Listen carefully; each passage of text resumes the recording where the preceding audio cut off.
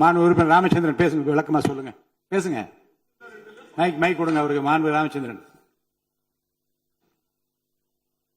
மாண்புமிகு பேரவைத் தலைவர்களே, தமிழ்நாட்டுடைய ஜீவாதார உரிமை காவேரி ஆறின் குறுக்கே கர்நாடக அரசு மேகேதாத்து அணை கட்டுவதை, அந்த அணை கட்டக்கூடாதுன்னு சொல்லி மாண்புமிகு முதலமைச்சர் கொண்டு வந்த தீர்மானத்தை கொள்கை ரீதியாக சித்தாந்த ரீதியாக இந்த அவையிலே மாறுபட்ட கருத்துக்கள் இருந்தாலும் தமிழ்நாட்டுடைய வாழ்வாதார உரிமை என்ற அடிப்படையிலே அனைத்து கட்சிகளும் மாண்புமிகு முதலமைச்சர் கொண்டு வந்த தீர்மானத்தை ஆதரித்தார்கள்.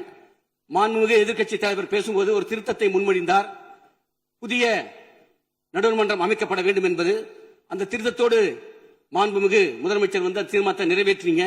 நான் கையை தூக்குனேன், நீங்க வேற அலுவலுக்கு போயிட்டீங்க. உங்க ரூமுக்கு வந்தேன், முதலமைச்சர் வந்ததுனால நீங்க பேச அனுமதிக்கல.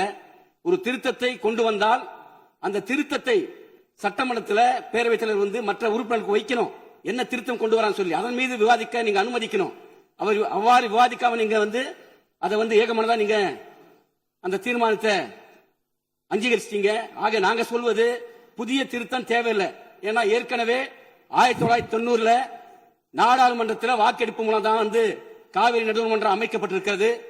அதே மாதிரி இறுதி தீர்ப்பு 2007 அந்த காவிரி மன்ற இறுதி தீர்ப்புல கடநிலை மாநிலங்கள் தமிழ்நாடு, புதுச்சேரி, அதே போல கேரளாவுடைய எந்தவித அனுமதி இல்லாம முதல்மடை மாநிலம் வந்து எந்த விதமான கட்டுமான பணிகளும் மேற்கொள்ளக்கூடாதுன்னு சொல்லி அதெல்லாம் 2018 உச்ச நீதிமன்றம் உறுதிப்படுத்தியிருக்கு.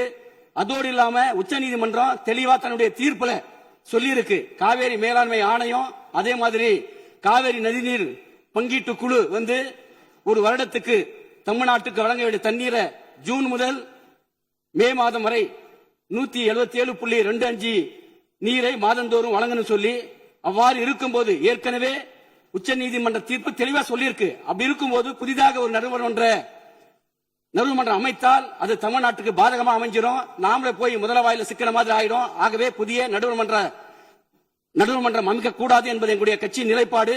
ஆகவே புதிய நடுவர்மன்றம் இல்லாமல் முதலமைச்சர் கொண்டு வந்த தீர்மானத்தை மீண்டும் கொண்டு வர வேண்டும் என்பது எங்களுடைய நிலைப்பாடு என்பதை தெரிவிச்சுக்கிறேன்.